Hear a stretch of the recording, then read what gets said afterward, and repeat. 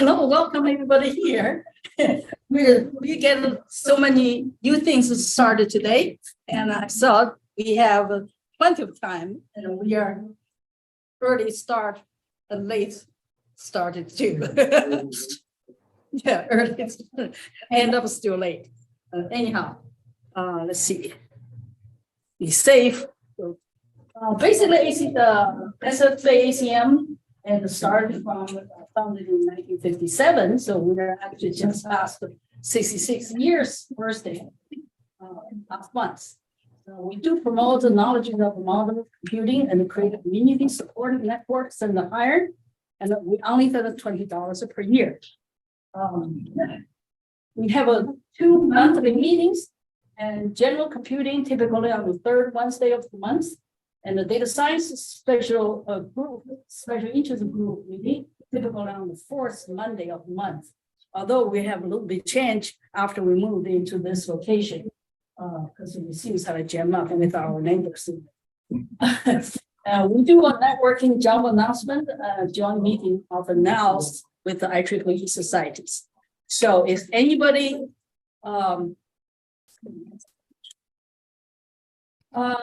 we do always call for volunteers, and we need membership services so we can help at the registry desk.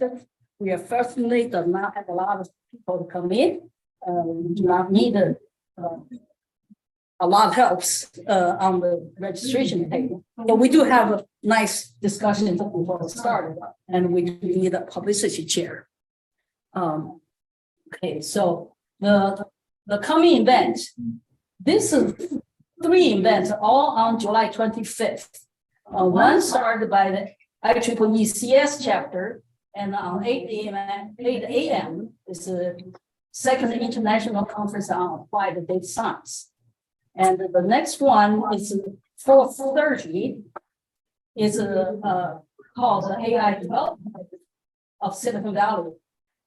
They have 5 speakers and so organized by AI Candor LLC. So the 3rd event on the same day is 7 p.m. That's our data science chair speaker, Greg Mikowski, and his title is originally called Future of AI, but he changed it more specific called Moving from the State of the Art to the Future of LLM and Generative AI. So that's a very interesting talk, a very nice summary of a lot from the modeling point of view of how the mathematics going for the AI and the LLM.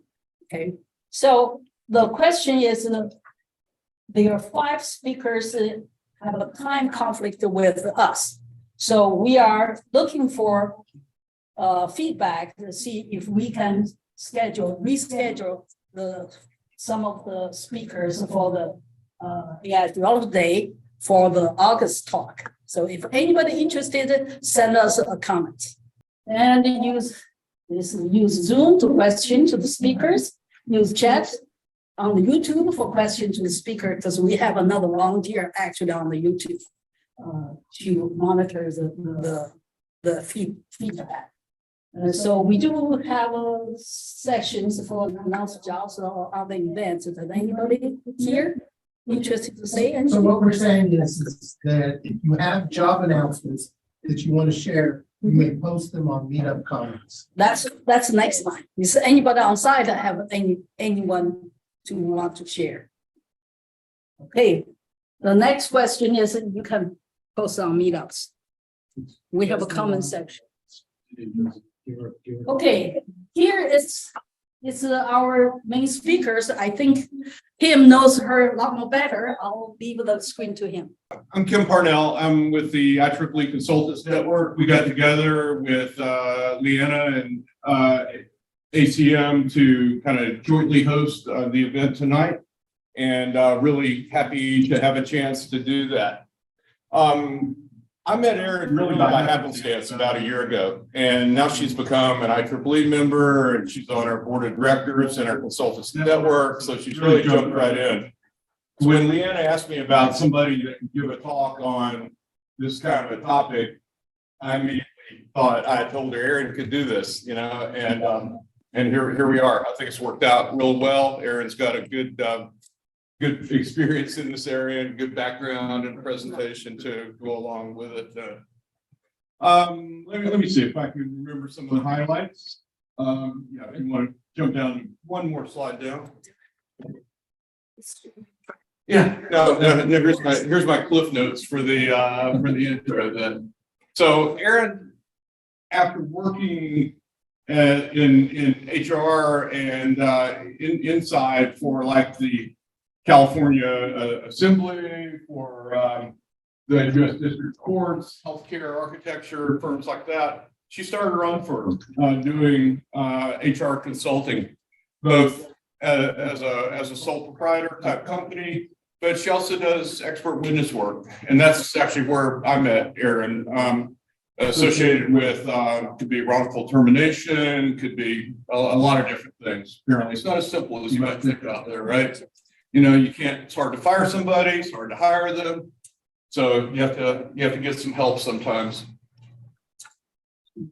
Erin has been hired a number of times by firms or towns. She recently was engaged by City of Auburn to help to rework their human resources department, their procedures, their processes, because things are really in kind of bad shape. So those are some of the things that she gets involved with and gets to do.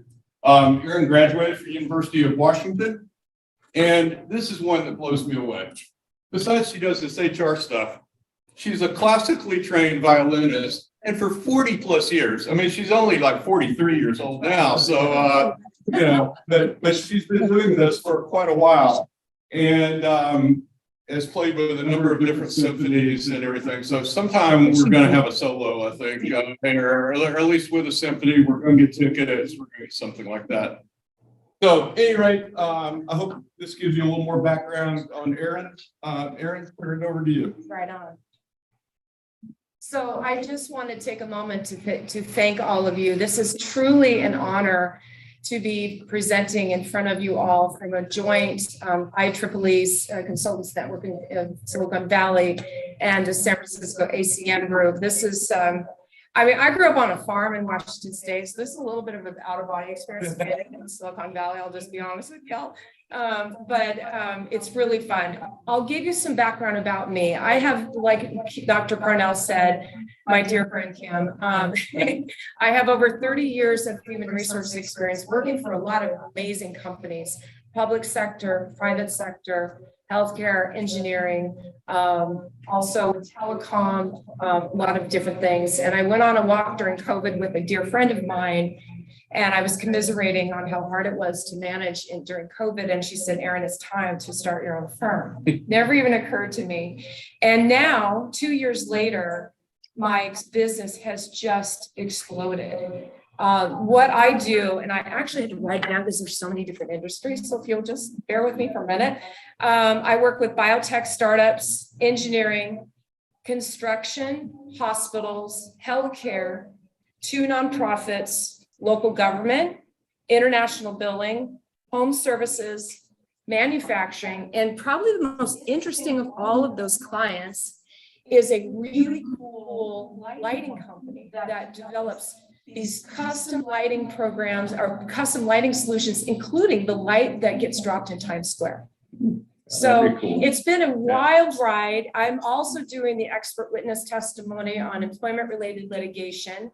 And although it is quite interesting and fun to spar with opposing counsel in depositions, it's very stressful. So I use a lot of my background for doing the work that I do as a consultant. And what I have found in all the years is that I am passionate about just one thing, and that's culture. And I get called into companies that really need help and support, whether it's a local government that needs to overhaul their processes and their policies, whether it's a company that has never really had anybody in an HR capacity handle those things.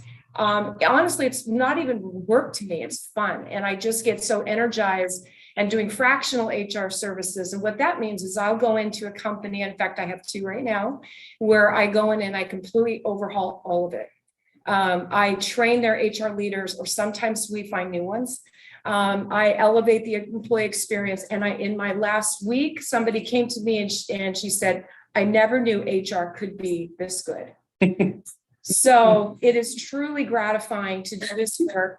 And I have a lot of interesting, funny stories to tell you on the way. And so let's start out with one story that still tickles my funny bone 15 years later. Okay, shall we? Sure. All right. So do you remember the program called The Biggest Loser? It was a television show that was about folks that had to lose weight, and then whoever lost the highest percentage of weight would get this great big prize and all that. So I was sitting at my desk one day and just typing away, and I get this call from a frantic young man. I'll call him Jason.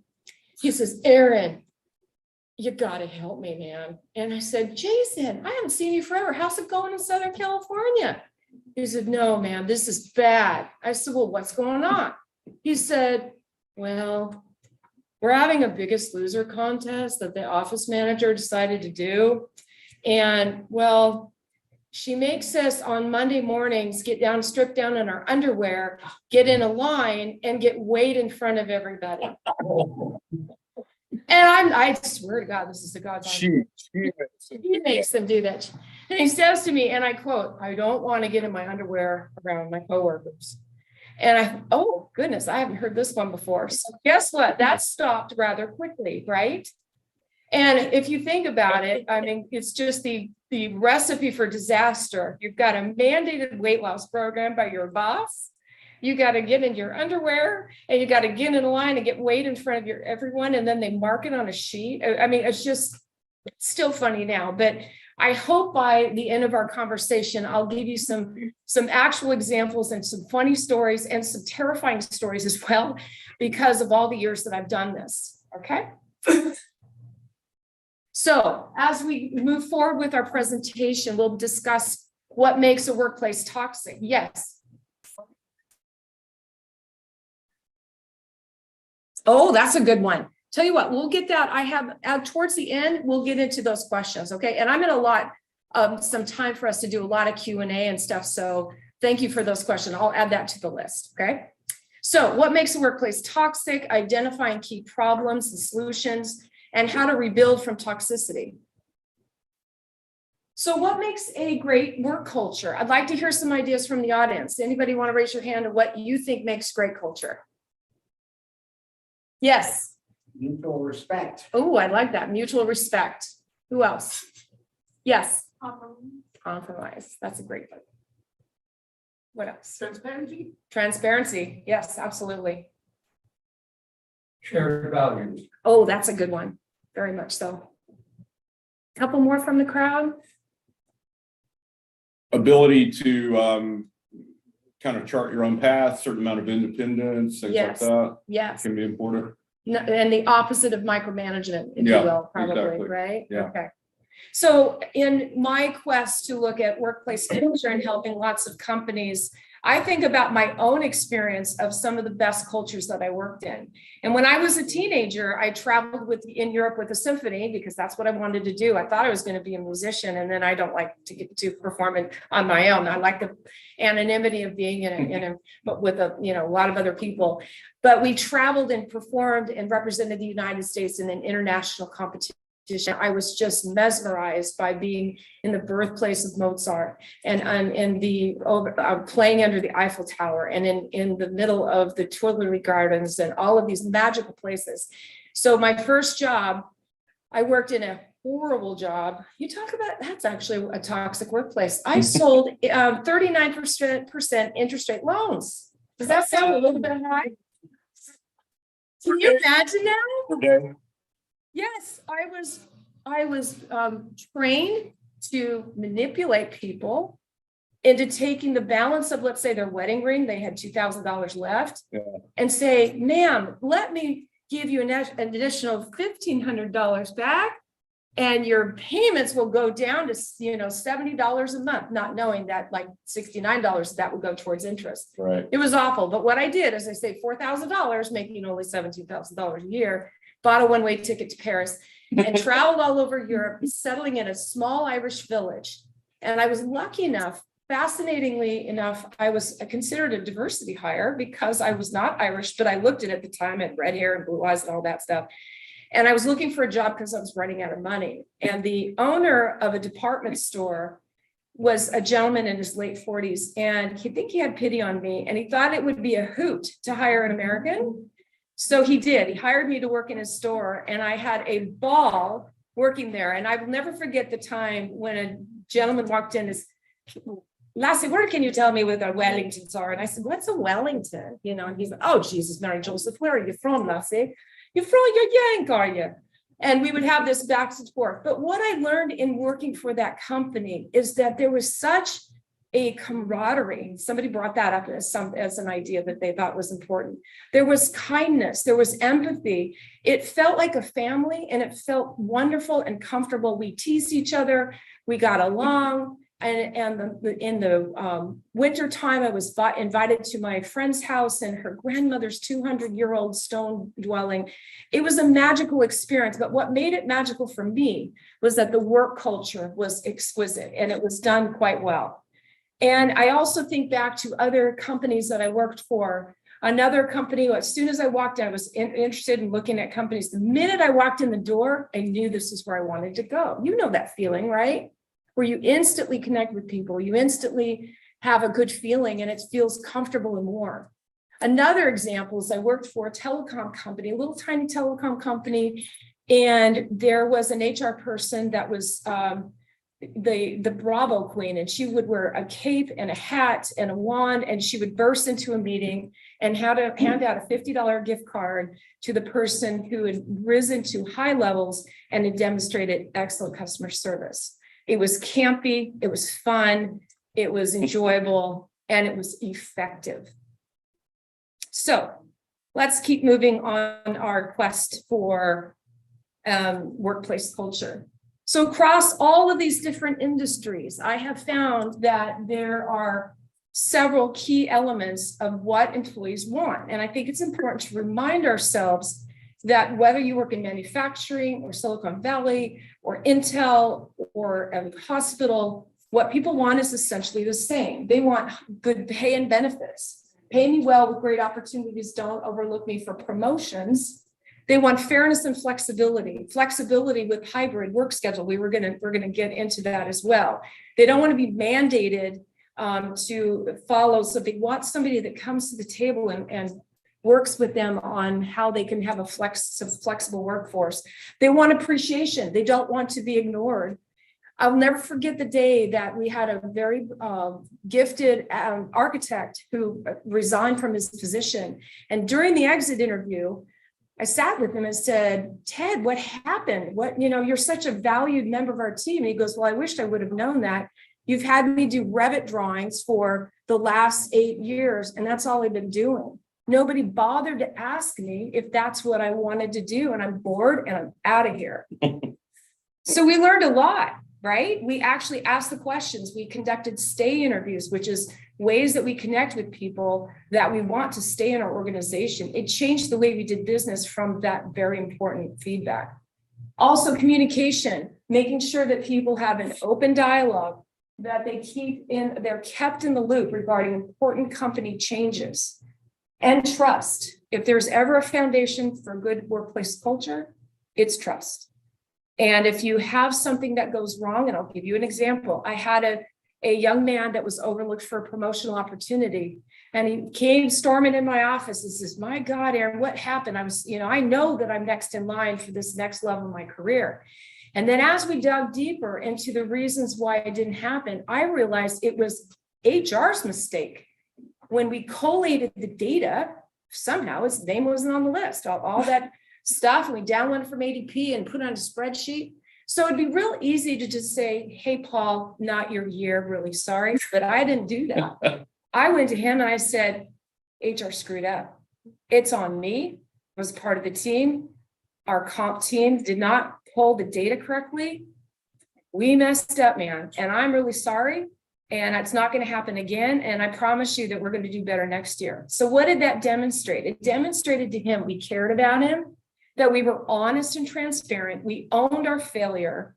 And I really believe that that's the catalyst for what happened for that office that did quite well when we are much more open and transparent. When we make a mistake, we fess up. So continuing with the conversation of what employees want, we will also talk about well-being. And well-being could not be more important now than ever. I just read an article today. I'm kind of a statistics nerd. I love the data part of it. I think it's incredibly compelling to know what you're dealing with. That well-being, 71% of people right now think this is a good time to change jobs. So employers should really take note of that and know what they're dealing with. That 71% of people are really considering their options. And well-being is a part of that. Show me how to create a better work-life integration. I don't call it work-life balance. I think that's a misnomer. I think it doesn't really exist. How many in the room would say yes to that? A couple of you. Yeah. But support me when I'm needed.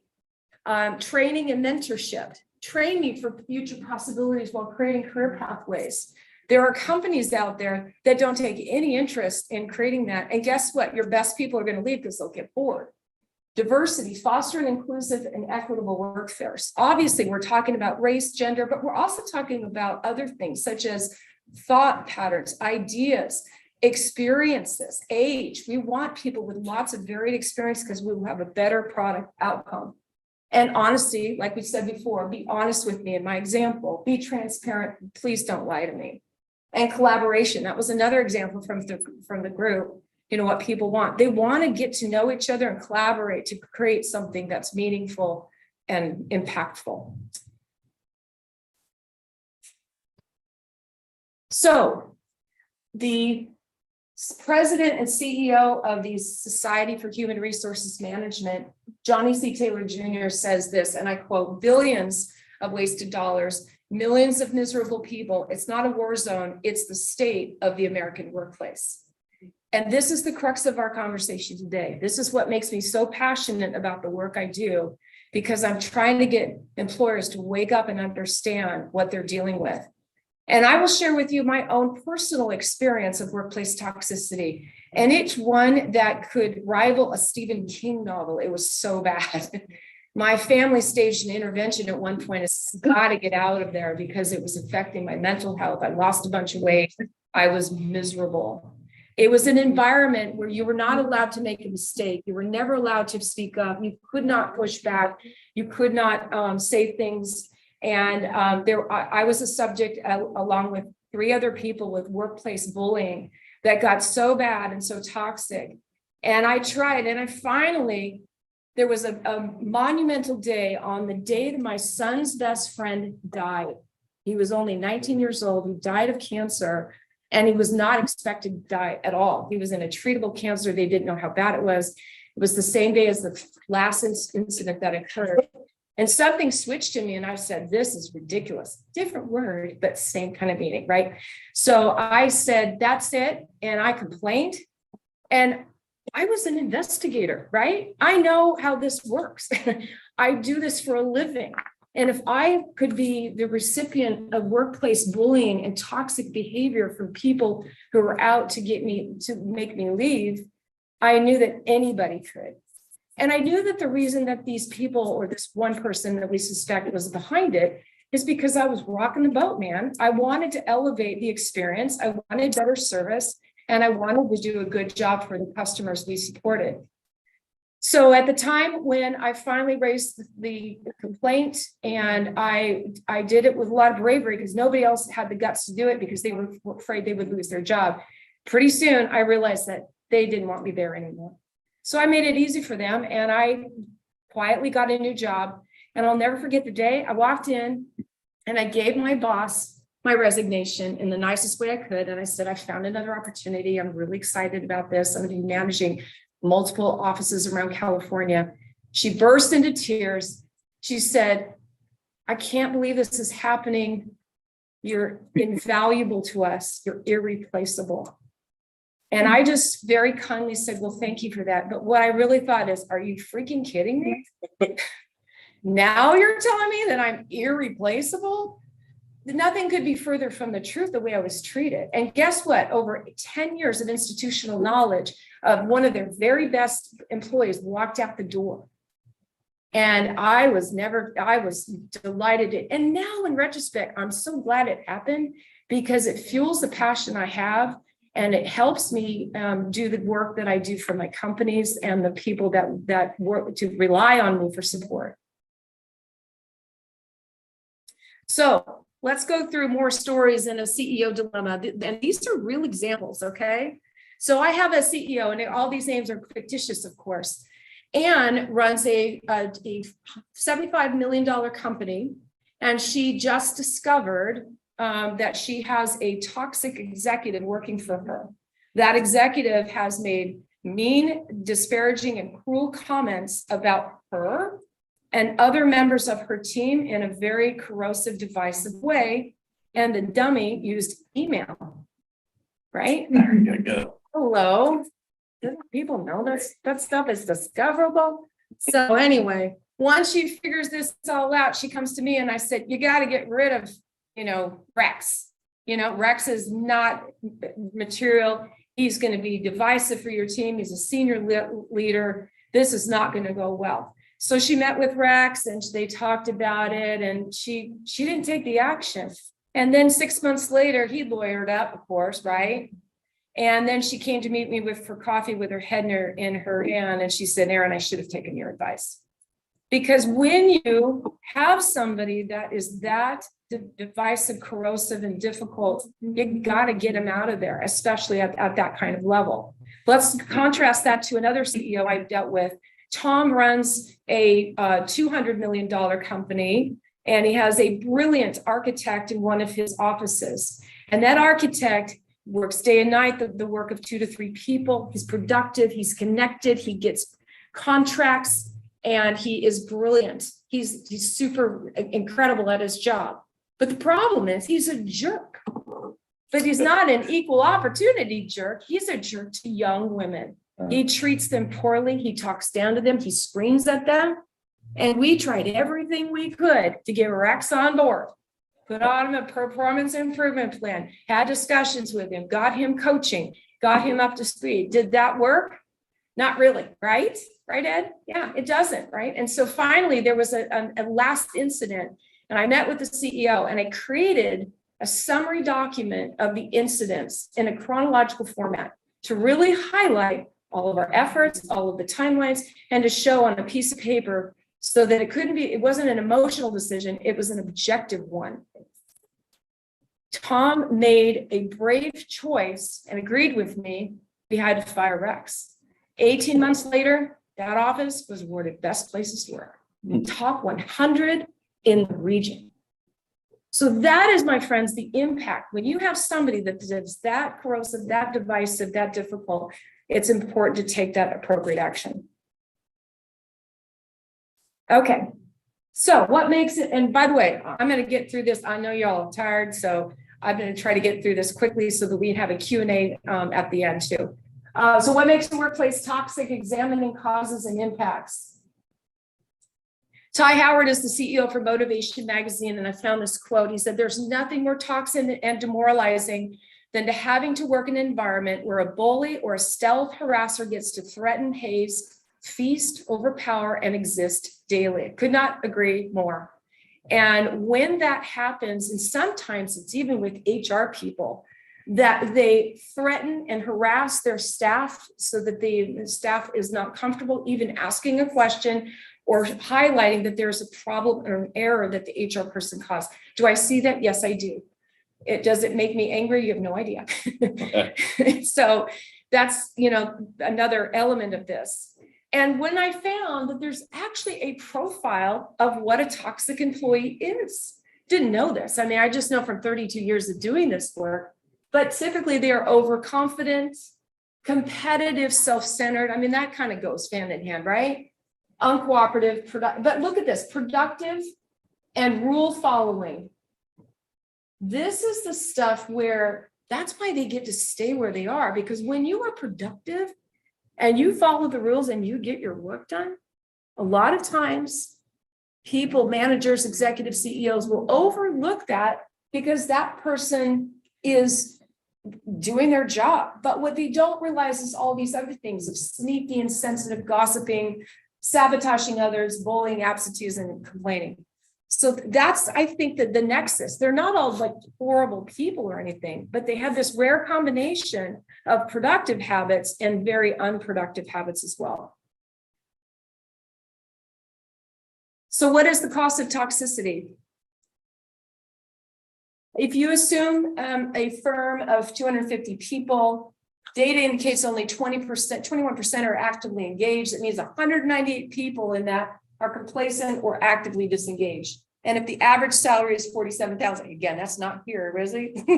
That means the complacency is costing you $3.1 million annually. That is the true cost of workplace toxicity: lost profits, market share, competitive advantage. And I'll go into more details.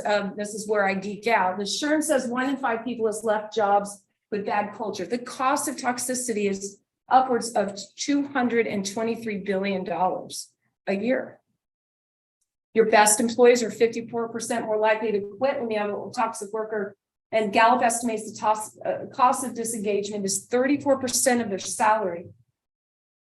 And they decrease their work effort, they lose time, and 38% intentionally decrease the quality of work. In fact, I just read a statistic today.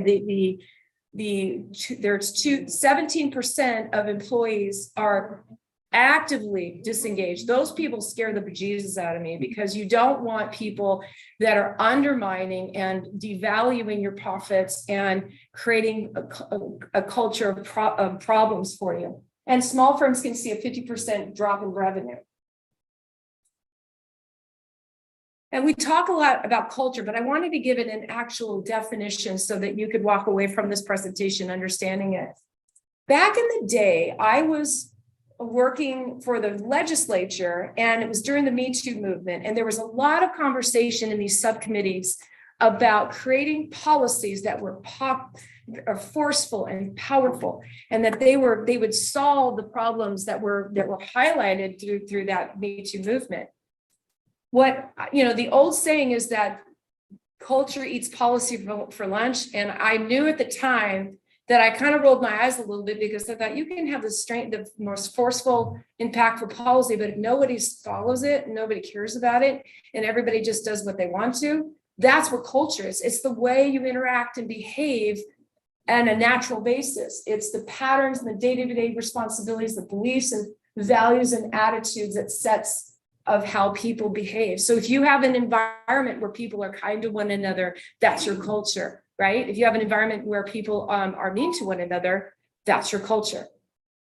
I did some work for a biotech company and did what's called a listening tour, where we were talking with people about their experiences, and found that in that culture, I'll give you an example why it was so bad. One gentleman said that this was a company where he got his hand severely injured to the point that there was blood gushing from his hand. His coworkers sat back, rolled their eyes, didn't do anything to help him, and then he had to drive himself to the hospital. I mean, if that doesn't demonstrate a bad culture, where somebody's literally bleeding and they're not doing anything to help them. And in that example, when I met with the CEO, it was apparent to me that their people and culture didn't work. They did not have the right people in the roles. They had people that were not that good at it. They didn't know that much. And I strongly advise the CEO, you've got to get somebody in there that can really right the ship and create support, because you're already bleeding money with a 60% turnover rate. Do you see the nexus? If you don't put money into the people portion, and for people that can help you do that, you're going to bleed money later with people that are constantly turning over and trying to find people to more people to hire. So fostering psychological safety. If there's one thing you take away today, I think it's this. You want to foster a culture, and psychological safety is the shared belief that it's okay to take risks, to speak openly, to push back, It's the opposite of the experience I explained to you about my own toxic workplace experience. And to speak up and to admit mistakes, all without fear of negative consequences. As Edmonds puts it, it's felt permission for candor. I promise you we're almost done here so we can get through this. So best practices. Create clear mission and values. I did some work for a survey company that hired me to meet with their one company based on their survey results, which by the way, I think is an excellent idea. I highly recommend companies do that. And the survey results were so good and so off the charts. I just was mesmerized by this group of people on Zoom. There's probably, I don't know, 6 people or so. And what I found is they clearly had knowledge of the mission and goals for the company. They could even state them. They even had a little placard by their computer that they referred to. And measuring engagement and progress, making sure that you really know how well you're moving the needle. Creating a culture of psychological safety, and again, listening authentically and extensively. I think it's a great idea. I would often get calls from the CEOs of companies. Erin, what's really going on? Because the higher these CEOs are in their organizations, the more removed they are. They don't know what's going on. So, and listening for rumors, listening for innuendo, looking for things. I'll never forget, I worked for a hospital and I had a really frightening situation where I had a nurse who was being stalked by someone she didn't know. And not only that, she was visually impaired. So she wouldn't even know who was stalking her because she couldn't figure it out. And then once we looked at the documentation, the love letters and things like that, we figured out who it was, right? And then we had a conversation with that person. We said, this is not acceptable. It is unwelcome. Yeah, you need to stop. But those are some of the kinds of things that can happen. And there's a lot of times, in fact, in preparation for this presentation, I put in a call to Gavin DeBecker and Associates. Gavin DeBecker is a famous author that wrote The Gift of Fear, which I think is any woman in the room should be reading that. I read it 15 years ago. It changed my life, and it taught me to anticipate and accept when I get that fear response, not to argue with myself, or it's not really, oh, I'm sure he's fine, or, I mean, a gazelle doesn't look at a lion who's stalking her and say, well, am I racially profiling? He's nice, right? I know he's got long hair, but, I mean, they're like, I'm out, right? They're gone. And so anyway, they have a mosaic program where they can do a threat assessment and really help out if people or companies have issues with like stalking, domestic violence, threats against the organization, and take proactive steps. What I implore companies to do is don't do it on your own and think you know how to do it because I can trust you, you don't. And a lot of times companies make assumptions about behaviors without knowing the data and the likelihood of things that will happen. Best practices, establishing trust and transparency, again, rooting out toxicity, promoting diversity, and this HR leadership training and accountability. I am like floored at some of the HR leaders that are in positions that have no knowledge of federal and state law. They don't know what the legal implications are. They don't know how to do a proper investigation. They don't know the basics. I even did some interviews for a very high level VP of HR, asked a basic question of the integration of federal and state law for medical leave, couldn't even answer the question right. So what I recommend is if you don't have good HR leadership or people and culture, you need to make sure that you get some help. Either it's proper training, like I'm working with a couple of groups right now to get their leaders up to a better level, get them fully trained, and really wow the experience for the employer. And also establishing, so rebuilding from workplace toxicity. In my company, we have, and I promise you, we're almost done here. We have a 3-pronged approach to rebuilding culture. What we do in my firm is we do a learn, plan, execute. We conduct engagement surveys, conduct focus groups. We review the data. We partner with the teams. We're not there to tell them what to do. We're there to partner and help them along. We look for areas of toxicity. We create a list of top actionable changes. We develop a communication plan, having open, honest, real examination of the issues. We really try to uncover what's really going on. Train HR leaders and executive staff, address low-performing or toxic staff, And then we look at, these are the fine tuning of the onboarding employee recognition programs. You're 30% more likely to have someone stay for 3 years or more if you have effective onboarding. It's really a big deal. And you want to make sure that with your onboarding that you have a culture that embraces new people, invites them to things, doesn't have these side jokes and doesn't include them. It's stressful enough to be brand new. If you don't know like what's going on, you feel like you're on the outside looking in. And then execute, developing a culture enhancement strategy, communication and monthly commitments and strategies, conducting stay interviews. And those are opportunities to talk with your best staff. How are you doing? I'm so proud of you. You're doing a great job. And that's super important because statistics show that 80% of your company's profits can be generated by your top performers. 80% of profits. And remeasure and track data. So in rebuilding, HR is finally getting the attention it deserves. Back in the day when I started, it was about potlucks and benefit forms and handing out paper checks. That's really all. It was like an overhead assignment. HR is now people, culture, legal, compliance, retention strategies, and staying at risk. And there has never been a harder state. Well, there might be a couple more that I can think of, Illinois, New York, or one or two, but employment in California has never been more challenging, as you probably all are experiencing. And getting the right leadership and support in HR is critical. So here are the key takeaways as I see them. Measure, invest in your people. You want to create training and mentorship programs.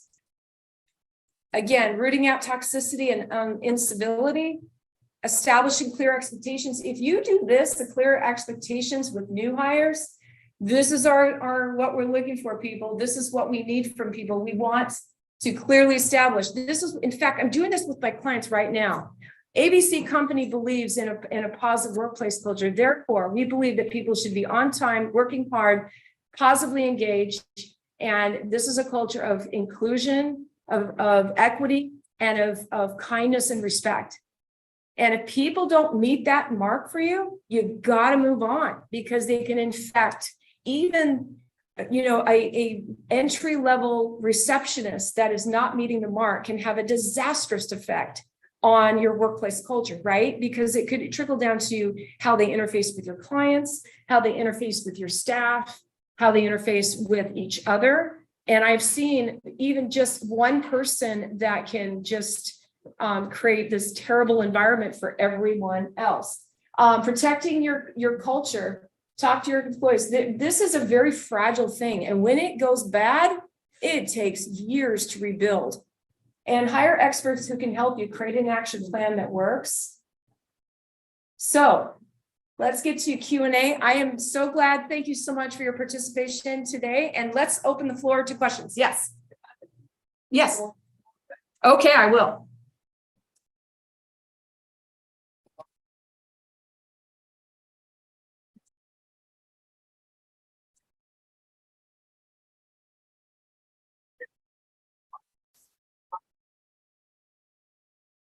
Okay, so good question, and thank you for the Zoom audience and the folks that are joining us by web. The question is this: we know that working in California is difficult, but there are companies that are coming to California and they're thriving, right?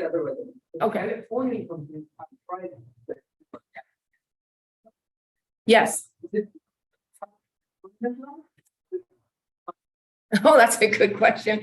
Okay, so the question is, California companies that are thriving, is it because they're in California or is it because of other things? I think it's because of other things, because I think being in California is really hard. I think they're just terrifically great companies that are doing a terrific job with culture and all of that.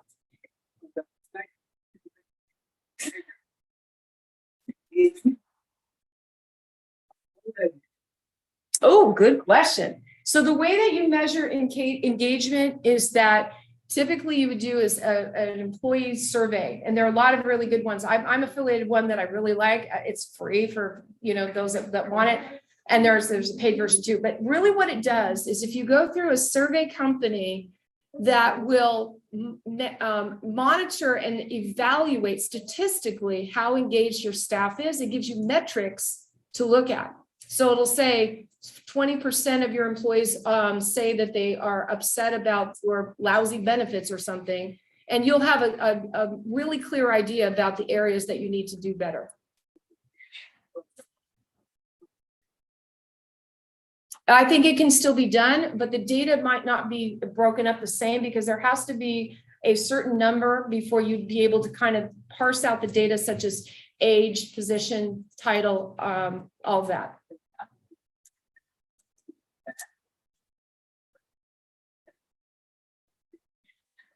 Oh, yeah. Let's go back, I'll tell you.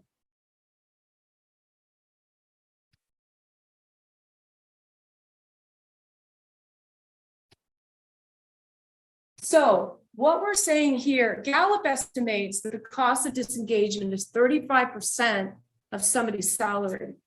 So if you're having $100,000 employee, that's 35,000 times, and then that's 198 employees that are complacent or disengaged. So 35% of that is the costing you the $3 million. Oh, that's a good question. So what we talk about in terms of engagement is that there's a real number of people that either happy in their jobs, and engagement really means is, if you're highly engaged in your role, that means you go the extra mile. It means you're happy. That means you really believe in the work and you're going to do your top level performance. If you are not engaged or you're actively disengaged, it means you might probably like quitting, doing the minimum just to barely get by. You may not get that assignment in on time, or you might do a crappy job on the assignment. That's what that's talking about.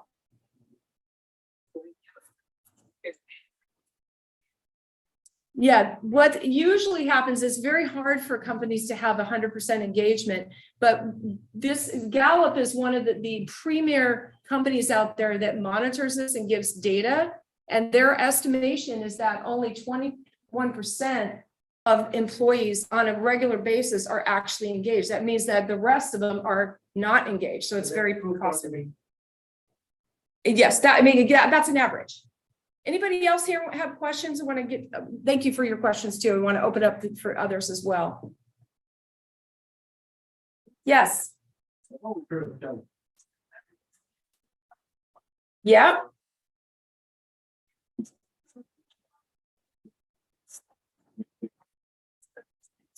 Oh yeah, very. Such a good question. So for the audience on the screen, the question is that California is an at-will state, so can't you hire and fire whenever you want to just for any reason? It's actually incredibly difficult, and that's part of the work that I do is the legal, not an attorney, but I've been doing this work for so long that doing the analysis of the how likely it is to get sued based on a case. And I'll give you an example of one, okay? I had a company that had a VP level employee, and she was horrible. Okay, let me just tell you how bad she was. She was miserable. She was mean to her staff. She would never be at work. She'd cry in her office all the time, and then she would make her staff buy beauty products from her, demand data. I mean, it was just like we couldn't have something as on that kind of that level. And so what happened is we actively documented it. We made sure to do that. And what happened is the company got sued anyway, even though it was buttoned up and it was a what we felt was an ironclad reason with lots of documentation. So the point is that in California, even though it is considered an at-will state, right? It's still easy for people to think of ways to sue that they think are not that are based on something illegal. Everything. And discrimination, retaliation, all of that. So employers, and in fact, what I recommend is, even though I've been doing this work for 32 years, I will usually recommend my clients work with an attorney on the final analysis to make sure that we haven't overlooked something before you conduct a termination. And then you have a severance agreement typically, so that you mitigate your risk and you offer some severance and COBRA continuation or something like that, so that you hopefully can have them go quietly and accept the severance agreement. Great question. Anybody else as we wrap up? Yes. Oh, go ahead. Yes. That's okay.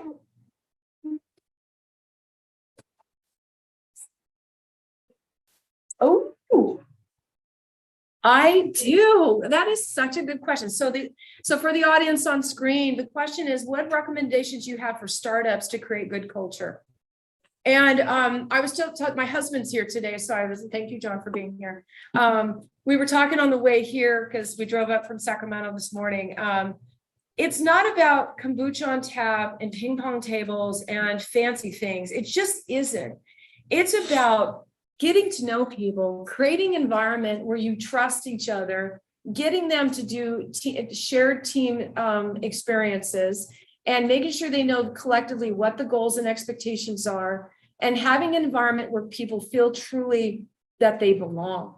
And if you do those things, and in my company, we can help you identify, and it's not expensive to be nice. I know we're dazzled by AI and all of this sort of stuff, but we're still humans. And I think that we need to remember that people still need connection. They need recognition. They need support, and they need to have a little fun. One of the best examples in the architecture firm I worked in, I'll never forget, I had a chief consultant with the assembly that came and met with me for some career advice, because I do a lot of that too when people are in mid-career and they want to change and all that. And he stopped by the office when we were we had an engineering catapult competition. It was a spit wad and a spoon and a rubber band. And whoever can launch that spit wad the furthest got a $50 gift card. And the entire office just erupted with fun and laughter and camaraderie. And so for $50 and the cost of like $1.50 for all the rest of the stuff, it was magic. So little things like that, pizza day, telling a story about your favorite cartoon, getting to know people and not going too deep. You don't want to, like tell me your big, deep, dark secret and when your dog died or something like that. No. But, ways that you can inject fun and humor, I think goes a long way. Yes. Just to amplify that. Yes. On March 14th, before the pandemic, Intel delivered to every employee a small personal phone. Isn't that great?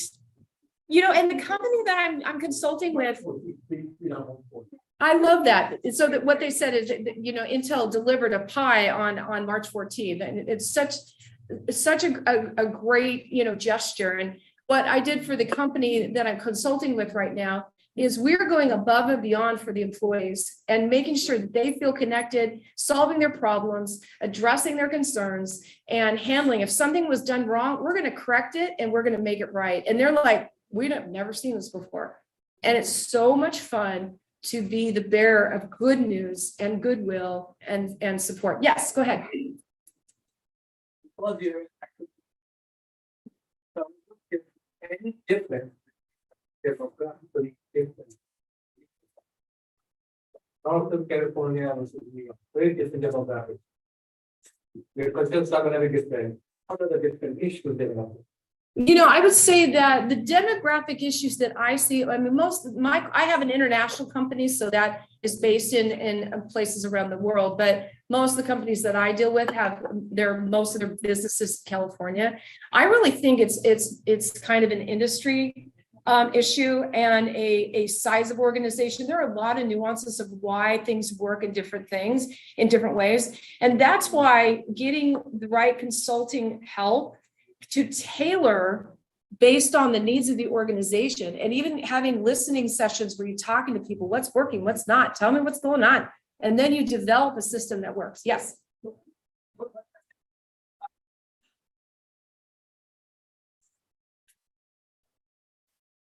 Yeah. Yeah, they do.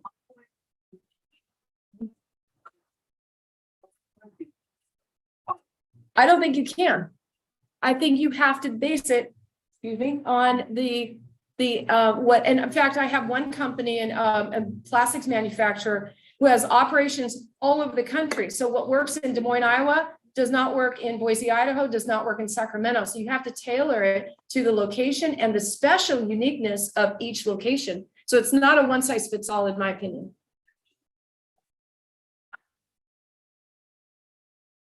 The way you have a unified corporate mission is you have a shared value and system of what you agree on as your baseline. And then from there, you tailor it to the location. And that's how I think you do it. Anyone else? Yes. One of the things that a lot of people have heard time and again, but they just kind of sound like motherhood and apple pie. When you talk about shared values or whatever, you know, how do you make that real? Oh, you guys have such really good questions. How do you make it real? Is I think you really, first of all, you have to have leadership that truly believes in it, because if they don't, they'll figure it out. I mean, it doesn't take a rocket scientist to figure out when somebody's not being true. And you have to give the why to your audience. You have to explain, why are we in the business of X? The reason I'm in the business of HR consulting is my why is there's nothing better than to help somebody who's making $22 an hour like this job and feels more valued. That's my why. So when I have people that work for me, then this is what we're about. This is our why. And I get that enthusiasm. I get that passion. And that's, I think, the core is to explain that. Anybody else? Yes.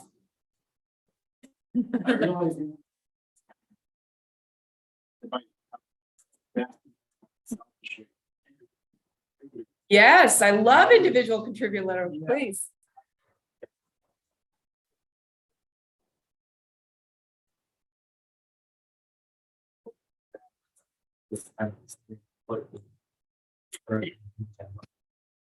So give me more context to what you're asking.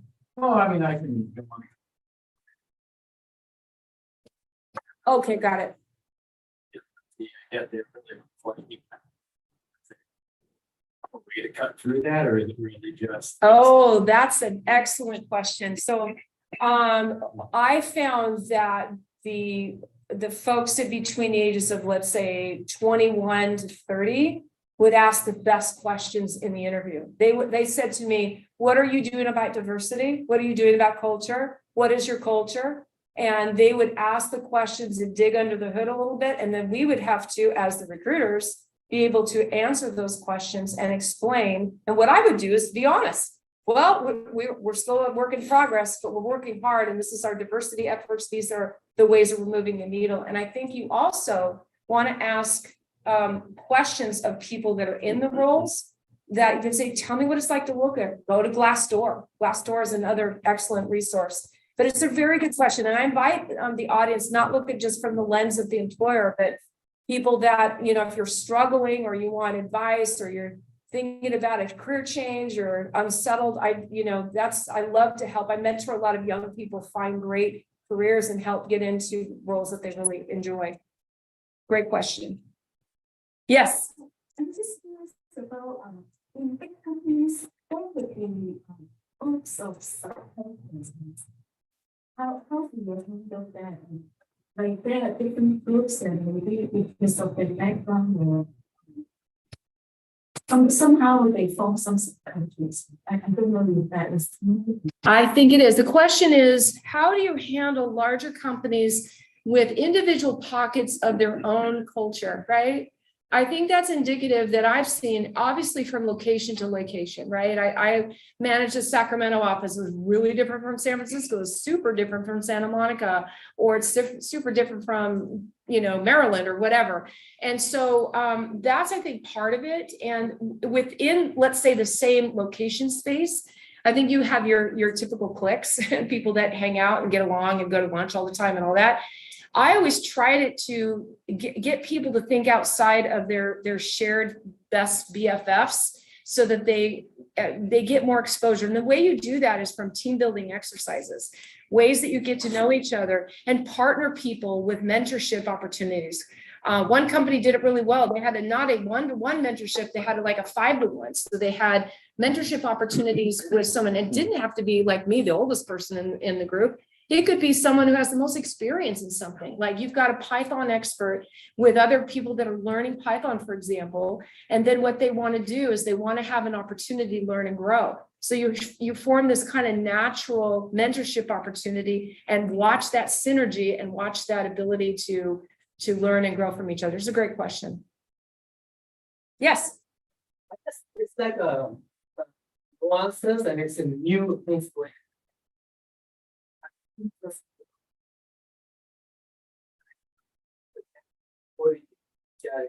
Yes. But when the nation becomes too big and they have different competition, like in China, there is an Eastern China versus Western China. Right? Yeah. And similarly, when you came from India, they have a caste-based entitlement. So people show up, say, I'm from high caste. If this person gets it, I need to get it first. Now what do you do? Like, people, if you are in America, you don't understand what caste is, right? But that's toxicity. It can be. And I think there's also, we have to have more awareness of the different cultural sensitivities to the populations that we all come from, right? I come from a family of sarcastic jerks. So I'm really good at being a sarcastic jerk. I'm just kidding you. But you have, in fact, I'll give you an example. That's actually a really good question, because I had it in one firm, I had a young woman from China, and I could tell she was struggling. And I had her senior executive take me aside and say, we love Lee and she's amazing and we want to bring her out. So how do we do that? And so we found ways to show her how great she was, how amazing and brilliant she was. And she's still just incredible. She's one of the best hires that we had in that office. And we gave her more confidence and we said, we want to hear more from you. We want you to know that you are special and we value you. And so we would try to work with that, because the cultural differences for her, she felt really intimidated by being in a large California office and didn't know how to do that. And so that's part of it, is recognizing that people's, their cultural background can impact how they show up, and then try to make steps to mitigate that. Anybody else here? Questions? Okay, it is 8:22 or so. This has been just a wonderful discussion. I'm so honored to be here today, and thank you for being here, and love to stick around if you have any questions. And again, thank you so much.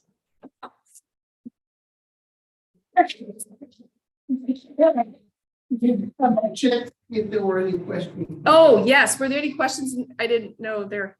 Oh, look at that. We've got a lot of chats. Holy cow. I thought someone was managing them chats.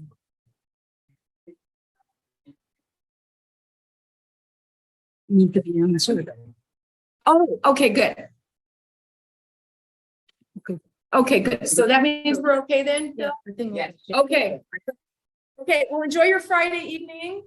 It's fun to be in Silicon Valley for us. So thank you. If you have more questions, I think you have her cards, and you can send in when you sleep over with it. You might have more questions. You can just directly send to her. Okay, good night.